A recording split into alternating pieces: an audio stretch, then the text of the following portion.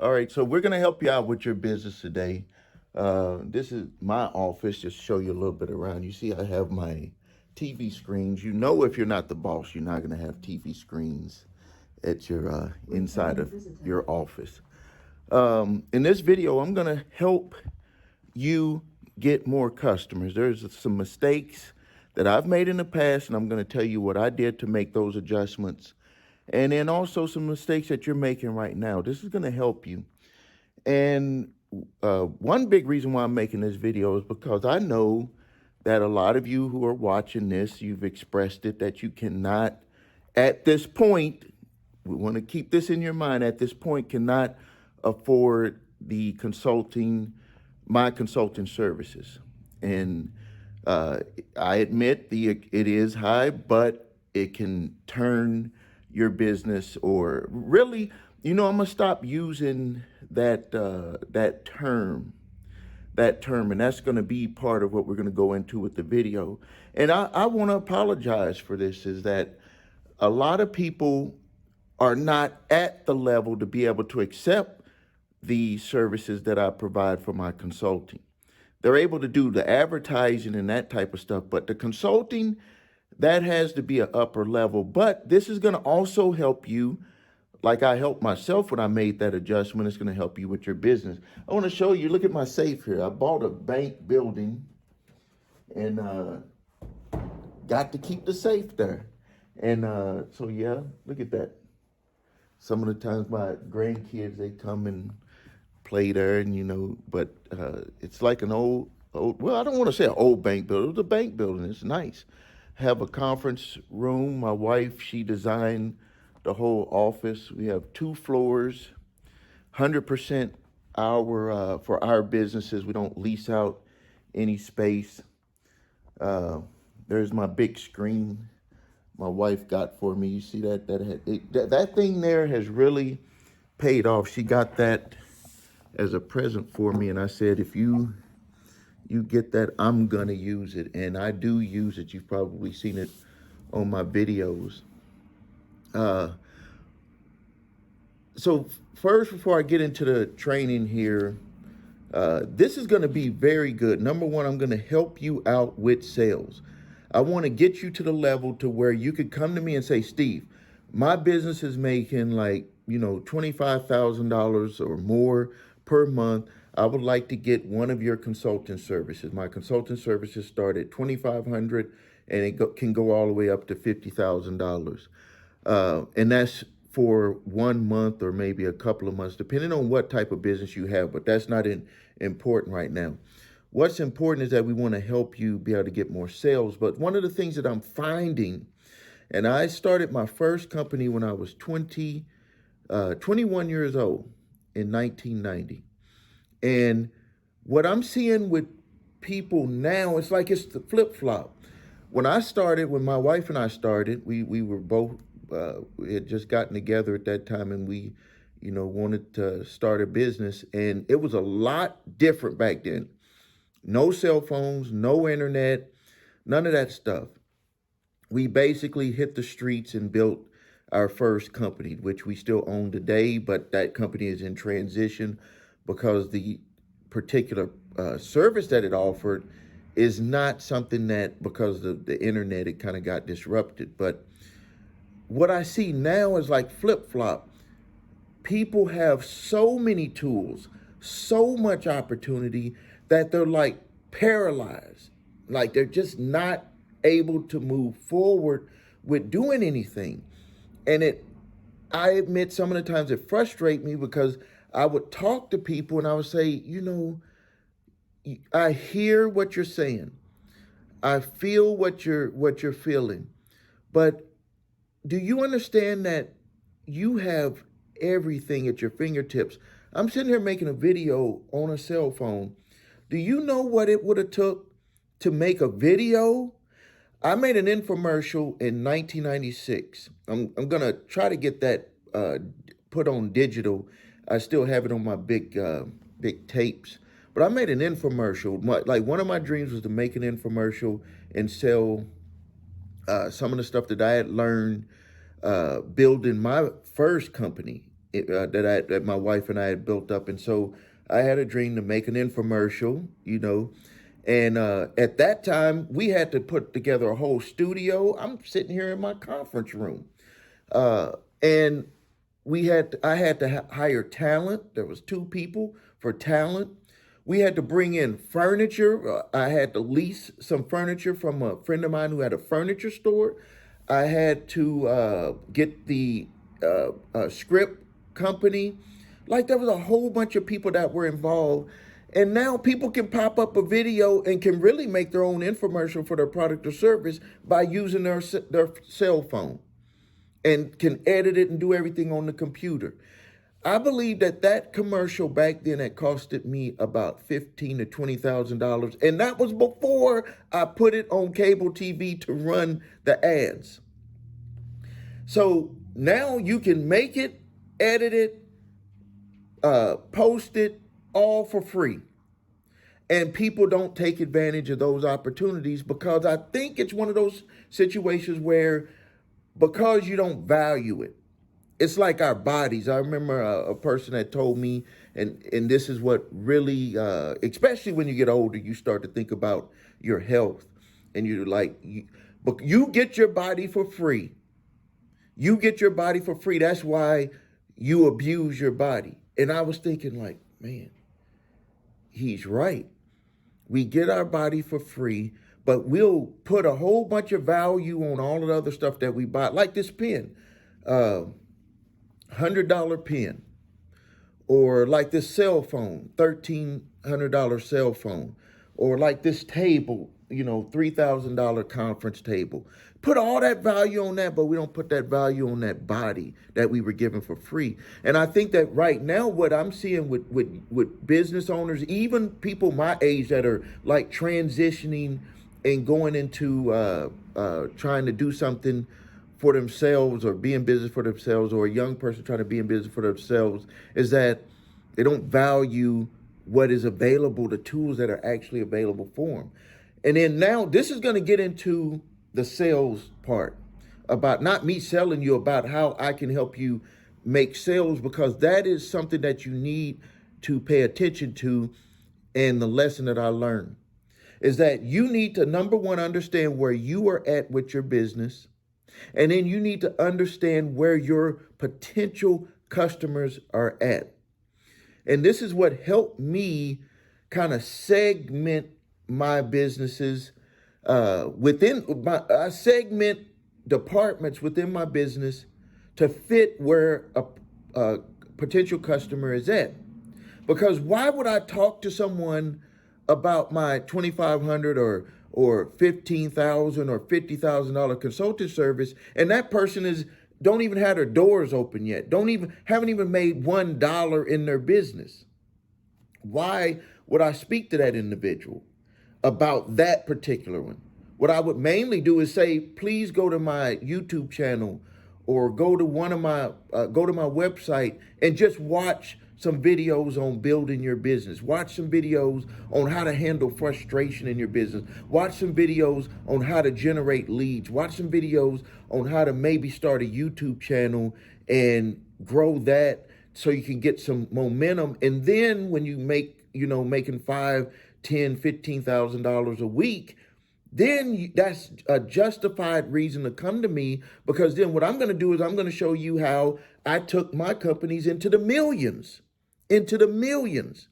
That justifies, and what that does is that makes that individual understand that really I'm doing you a favor by saying you're not ready for this.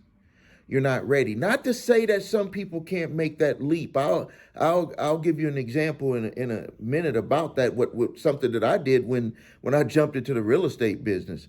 But not to say that a person can't make that leap. But I would say that 99.99999% of the people that are not at a certain level of income for their business, and 100% of the people who are just getting into business, are not ready to spend a lot of money to have someone consult them for their business. It just doesn't match, because there's certain growth levels that you got to have on the inside. One of the growth levels is a tolerance of waiting for things to pay off.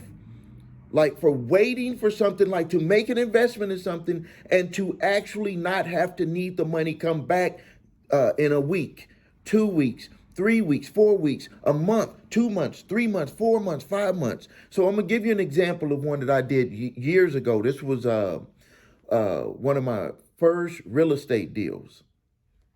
And I remember going to the property and I walked in. The real estate agent was showing me, and the house was a disaster. I'm talking about a full blown out disaster.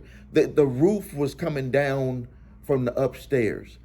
And I actually bought the house for $8,400. It was a nice size house. I bought it for $8,400. And then I remember taking my wife to see it. Like I told her I was gonna go see the house, but she didn't know that I was gonna actually buy the house. And I went ahead and bought the house. But something in me said that I was ready for that to happen. Now let me take you back when I said understand where you are at now. This is what happened. This was in the early 2000s. I think it was maybe like 2001, somewhere around there. In the 90s, I tried to do a real estate deal. I bought a duplex for like $36,000 and it was a total failure. It was a total disaster. Ended up selling the house for what I could to just get out of it. It was a total failure. I was not ready. So now when you fast forward, the thing that was running through my mind, even though I bought that house that was in a disaster, is that I knew where I had failed with the other property. So long story short, my wife comes in. She says, okay, this is what we could do, because she has that designer mindset. She designed this whole bank building. And trust me, the bank did not leave it in this condition. We put $150,000 to refurbish from top to bottom, AC, everything. So I give her full credit on designing all of that stuff here in the bank and our other building.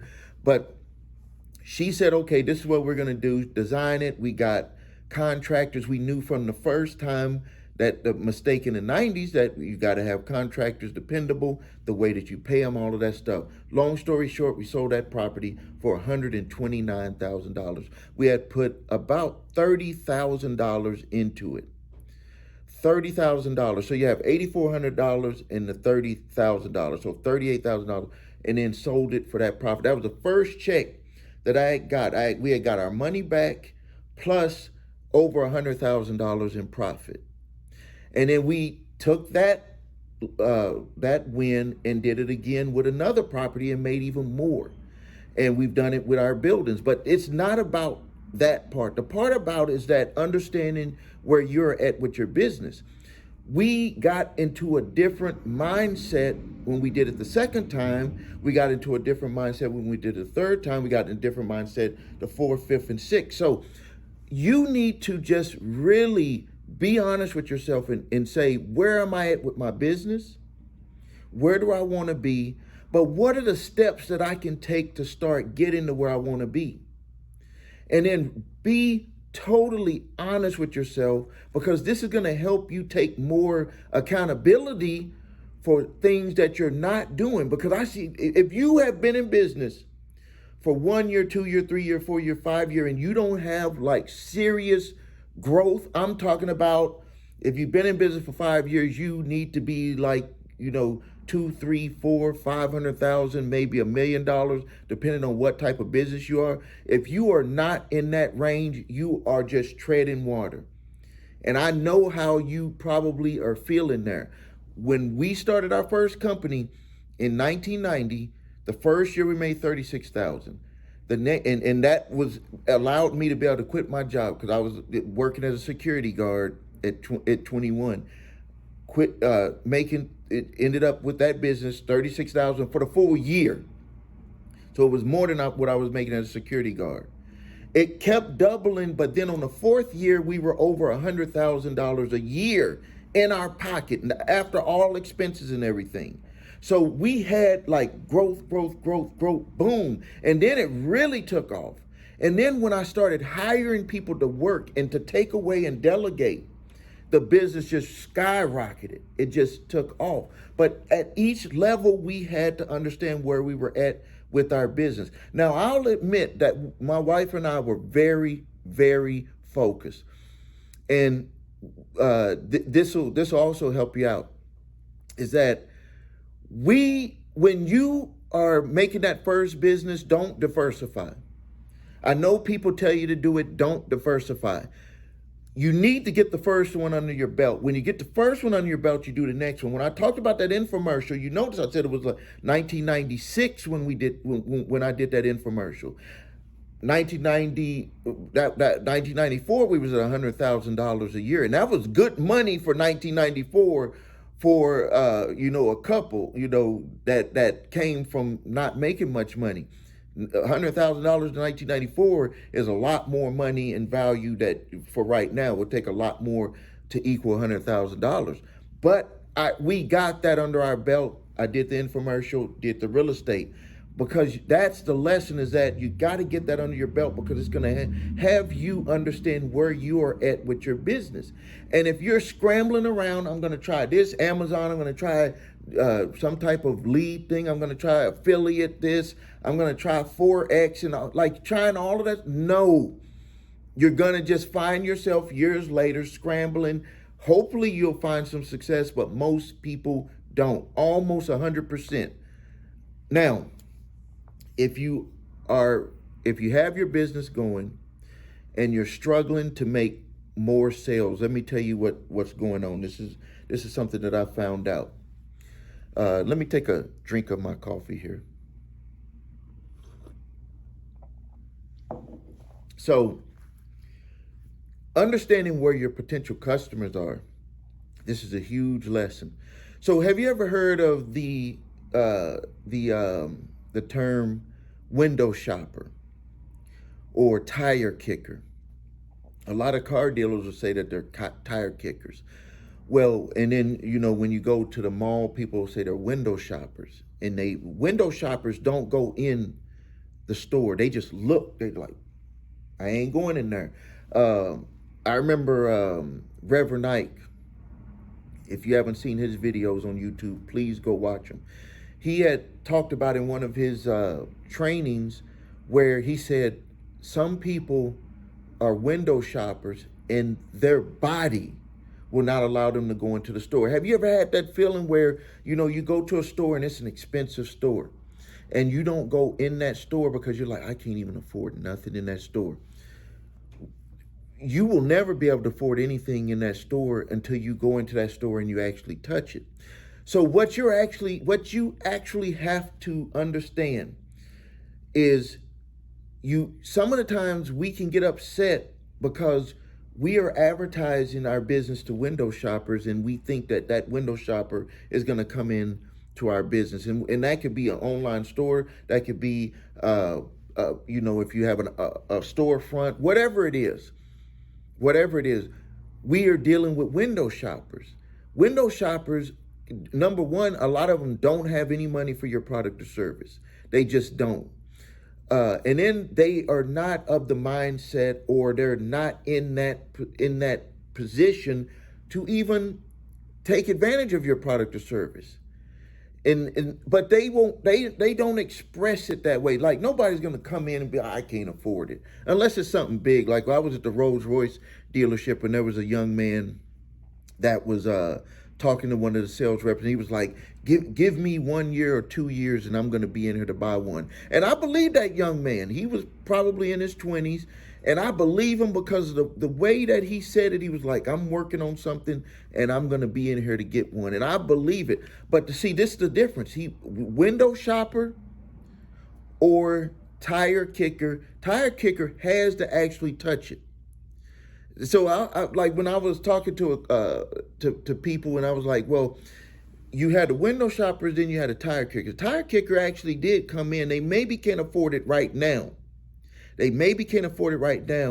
But they might be able to afford it at a future date. And then you have this group, which is where you might fall in if you have tried any type of marketing type programs or advertising, is that you have tried it and failed, or you tried it and want something new. And you could say that all four of these categories can fit with any business, any product or service that is out there. It doesn't matter what type of business you have. You could either have tire kickers, you could have window shoppers, you could have people who have tried and failed with another product or service, and you can have people who have tried and they want something new. And so you can have those four categories. So understanding where you're at with your business for yourself, and then understanding who you're marketing to, this can actually help you make your ads a lot better. It can make your ads a lot better. So just imagine this. You can run an ad that is just kind of bland. You see a lot of attorneys do this. They'll say, like, got into a car accident and you want, so this is actually a great example. Got into a car accident, and then they'll go into who they are as an attorney, what their firm has done. Because what they're trying to do is they're trying to say, hey, for people who have actually gotten into accidents and maybe used another attorney that did not get them the amount of money that they thought they deserved, come to us. So they're looking at the people who have tried and failed, or the people who have tried and wanted someone new. Like, I'm not going back to that attorney if something happens again. I'm going to go to someone new. So what those attorneys do is they make their ads based on that. These are like subtle changes that we make to advertisements to actually pull out the people who we want to talk to. So now let's just say that you have a business. Let me think of one, a food one, because we have a food young lady who prepares food, and I'm going to do an interview with her and post it also, and I'll post it on all the different platforms. So she prepares food, and I remember when she first called, I said, okay, there's a lot of people who prepare food and deliver it. So what is different from yours? She said that, well, number one, I specialize in making food that does not have a lot of salt in it, for people who maybe need to stay away from salt. And also it's different type, like homemade type food. Very good type. Really, when I look at her menu, it's like you're going to a restaurant, but they're taking it to your house. So this is her unique proposition. If you think about it, she's making food that's healthier, but it's the type of food that you want to get because it would be similar to something that you would get from a restaurant. And some of it is not being prepared at restaurants around, but it's prepared in a healthier way. And then she delivers it. So she has a service that will deliver the food to the person's house. So you can see now, who would she be trying to really target? So the hard way would be to target people and try to convince them, order this food and have it delivered to your house. Wouldn't it be better to target people who need to watch out for food that's high salt, but they want good food? They don't want like this bland food. Like, I had ordered from one of these services that sent food to your house, like all these prepared meals. I'm going to tell you straight up. I ate one of them. My wife she was like, we can't eat this stuff. We threw like all of it away. It was so bad, we didn't even ask for a refund. Like, it had to be bad where you'd be like, hey, I'm not going to ask for a refund. I don't even want to take time to send it back. We just threw it away. I don't want to use any term. I'm not going to say what company it was, but they're a national company. As a matter of fact, I haven't even seen any of their ads running like they used to. That food was terrible. And so she could be going after people, number one, low sodium. Number two, restaurant style food. Number three, the people who have failed at these other types of prepared food type services. And then number four, just people who wants to have some good food coming to their house. But you can see how if you craft the ad. Now, one of the things that you have to understand when you do this is that you're going to actually have to pay more for that type of lead because you're qualifying that individual. You could either take them from that lower level of that window shopper and try to nurture them. And that's what a lot of people try to do is, well, they don't even do the nurturing. They just try to take the window shopper and make them a customer. When you can put something in place, and this is what goes into the type of consulting services that we provide, but if you're not at that level, don't do that. I do have a do-it-yourself that you can train and get yourself to that level, but I don't think that you would qualify to do the consulting service part where my company would do it for you. But so understanding where your customer is at, if they are a tire kicker, window shopper, you have to actually generate those leads, and you have to nurture those leads up into trying to segment where are they at. Have they ever tried it before? Have they tried it and failed? Like, you're trying to figure all of that stuff out with your leads. And if you constantly just run ads, you cannot afford to do that. You're not an attorney who's going to make 30, 40, 50, $100,000 if you get one or two phone calls. Like the young lady who has the food business, I mean, she's going to make what, $20? So if she constantly advertises and is not figuring out a way to, number one, generate leads, and then also communicate with the people who do become sales, and then constantly nurturing the people who are just window shoppers and tire kickers, you will fail in your business. No matter what business it is, you have to figure that out. And that goes back into understanding where you're at with your business. So I invite your comments. I invite your questions, depending on what platform you're watching this video on. I'll get back in and answer as many as possible. If you want to get a consulting session, I have a consulting session where it could either be a 30-minute consulting session or a 1-hour consulting session. $250 for 30 minutes, and you can ask every question. So I tell you people to write it down because I'm going to give it to you. Sometimes I run a little bit over, but $250 for 30 minutes, $500 for 1 hour. Limited. I don't do too many of them per week. I don't wear myself out. But you will have answers for your business. Like, when people do this, a lot of people end up paying that fee, and then they will send something extra, or they will say, is there something else that I could do? Because they felt like the amount that they paid, they got way more in value, like way more. Like, just think, if you could sit down with someone who has built four companies. Like, a lot of people have only built one company, so you don't know if they're a one-hit wonder. But someone who has built four companies, and then someone who has worked with thousands of companies. Since 1990, my wife and I have literally worked with over 7,000 businesses, and we have the receipts to prove it. We actually had a receipt to prove it. One way that you can check the receipts is just to go and download our app, Blue Book Weekly, and you could see, just list, scrolling through all of the publications. I think we put a couple of years worth on there, but we've got, over 34 years worth of publications that we could show receipts on. That we've worked with different types of businesses with people at different levels. All right.